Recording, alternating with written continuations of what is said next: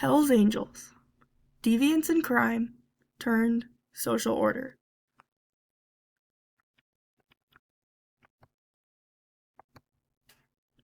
Thesis: deviance, street crime, and gang violence continue to mold the Hells Angels into the #1 violent motorcycle gang worldwide, and they will continue to do whatever it takes to maintain their status as #1.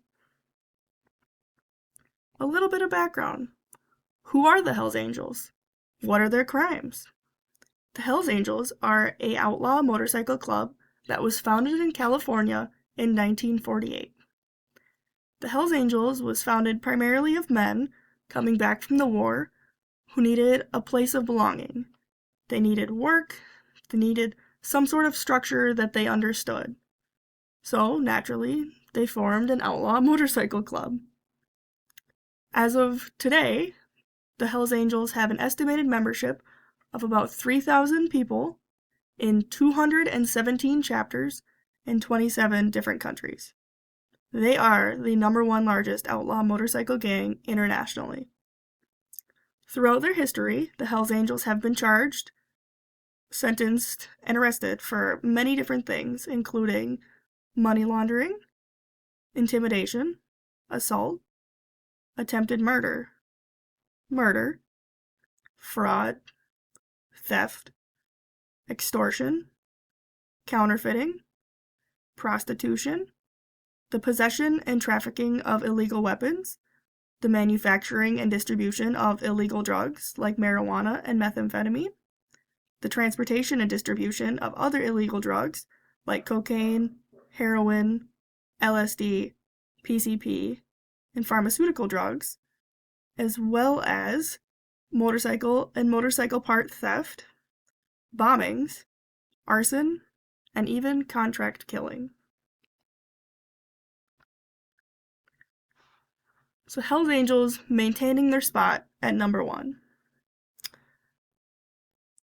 More recently, they've been having some struggles on their East Coast side, so they have to continue to do whatever needs to be done to make sure that they stay on top.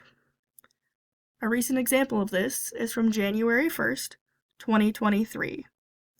5 members of the Hells Angels were charged in the murder and aid of racketeering for killing a member of a rival motorcycle gang, the Pagans.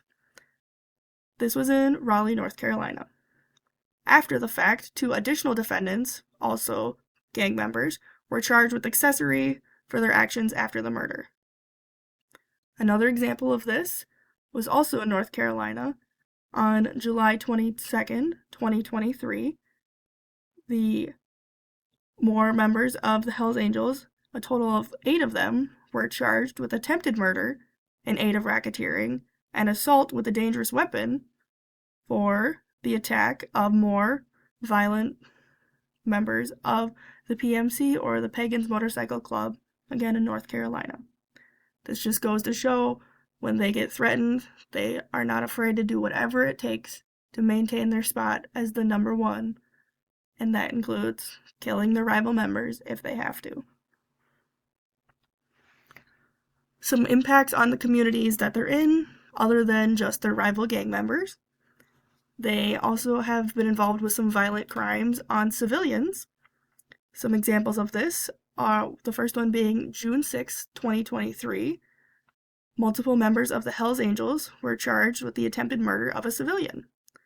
This involved mainly one specific member of the Hells Angels got into a dispute over some comments this victim made towards his girlfriend, and then he stabbed him, and I quote, "within an inch of his life."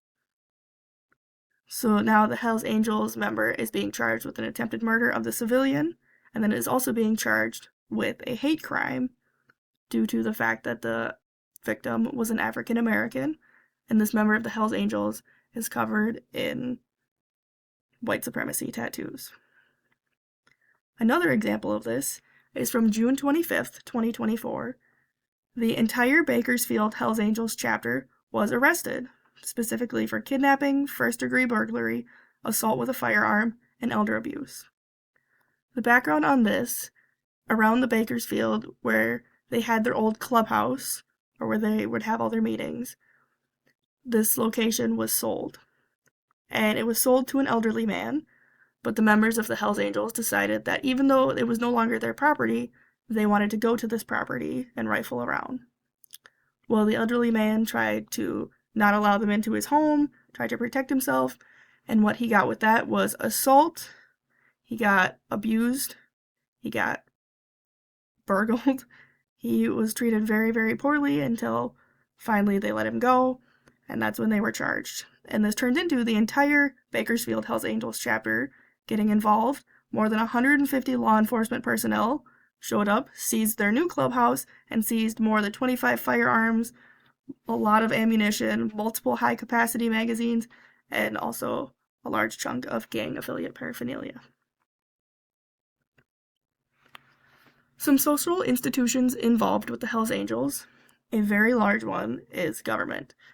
So a very large side with the politics is the politicians deciding laws, deciding what's legal and what's not when it comes to outlaw gangs, motorcycle gangs.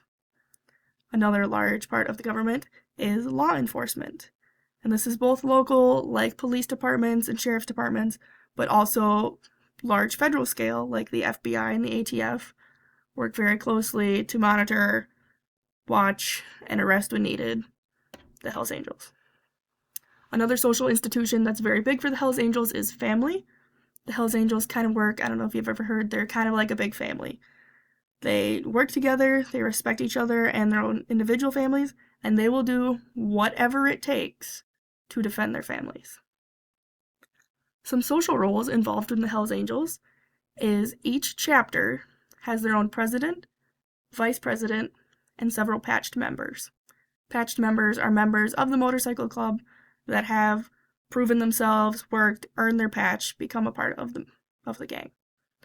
The president and the vice president are who run each chapter, but the man on the right there you see is Sonny Barker. He is one of the original founding members of the Hells Angels, and he's considered almost to be their king. When he was still alive, every major decision that the Hells Angels had went through Sonny. So although he was not head of the Hells Angels as a whole, he was a very big part, a very big role in their organization. Some theories involving the Hells Angels, first one being cultural deviance theory. This is a theory that suggests conformity to the prevailing cultural norms of lower class society causing crime. If you remember when the Hells Angels was first started, it was men out of the war, needing a job, needing a place of belonging, probably didn't have the most money, so it puts them in that lower class, and they're needing a place to fit in. So this is what causes them to form the Hells Angels, and then leads them into that life of crime, constantly being charged with different things, and then as that continues to evolve, it just becomes the norm. Being in that society, the deviance is the norm for them. Another theory is differential association theory, and this is a theory that states individuals learn deviant behavior from those close to them who provide models of and opportunities for deviance. On the right there is actually a picture from the Hells Angels Ireland chapter, just several of their children involved in the organization, who grow up in the organization, grow up around the organization, see the deviant behaviors being modeled to them, and they grow up thinking that that's their norm, that's their social norm. So they grow up thinking that those deviant ways, that's the norm. Laws against motorcycle gangs. The biggest one that you'll hear involved with motorcycle gangs is RICO. And what RICO stands for is Racketeer Influenced and Corrupt Organizations Act. RICO is what makes it illegal to be a part of an outlaw motorcycle gang. And under RICO, this is explained as an individual's participation in a criminal street gang is defined by the following. The group consists of 5 or more people.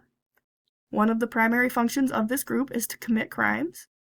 Members of the group have continuously engaged in crimes for over 5 years. The criminal activities of the group affect interstate or foreign commerce. Federal violent crimes involving physical force. Federal drug crimes carry a sentence of at least 5 years. RICO. So what RICO is it makes it illegal to be a part of that outlaw motorcycle club. Most of the time, people will not get charged with RICO. They'll get charged with, say, those assault charges, those drug charges, the murder charges. And then RICO will come in, and RICO is the charge specifically for being in that outlaw motorcycle club. So on top of the assault, the murder, then you'll additionally get charged with that racketeering with the RICO, and that's where that comes into play. The Declaration of Human Rights violations. There's a couple human rights specifically that these outlaw motorcycle clubs, specifically the Hells Angels, violate. Article 1 being, all human beings are born free and equal in dignity and rights. They are endowed with reason and conscience and should act towards one another in a spirit of brotherhood. This is very clearly not the mentality of the Hells Angels. Their motorcycle gang, it should be the one and only in their mind, so their competitors, they're not equal to them. They do not see them in a spirit of brotherhood. They see them as a target. Article 5. No one shall be subjected to torture or cruel, inhuman, or degrading treatment or punishment. Again, same thing. They're enemies. They will torture them. They will punish them. They will do whatever it takes to make sure they know they are not as good as them. Article 10. Everyone is entitled in full equality to a fair and public hearing by an independent and impartial tribunal and the determination of his rights and obligations and of any criminal charge against him. The Hells Angels are very much so an organization that likes to deal with problems from within. So if one member wrongs another member or wrongs the whole organization, they will take care of it. They will not get an impartial trial. They will take care of it themselves. It may be biased, and it may be some serious consequences, but they will take care of their problems from within. And finally, Article 12. No one shall be subjected to arbitrary interference with his privacy, family, home, or correspondence, nor to attacks upon his honor and reputation. Everyone has the right to protection of the law against such interference or attacks. In that case specifically of the old man, who the Hells Angels broke into his home, held him hostage, abused him, this is very much not the case, and he's not the only person that has been treated this way. Finally, how do you think the Hells Angels maintain their social control? Do you think it's buying off law enforcement? Do you think it's being partially legal in the way they operate so they just skid by? How do you think they maintain their control? Do you think law enforcement needs to establish more sanctions specific to outlaw motorcycle gangs? Do you think simply having RICO is enough? Or do you think they need more laws to kind of crack down and be more strict? Alright, here is my references. Thank you.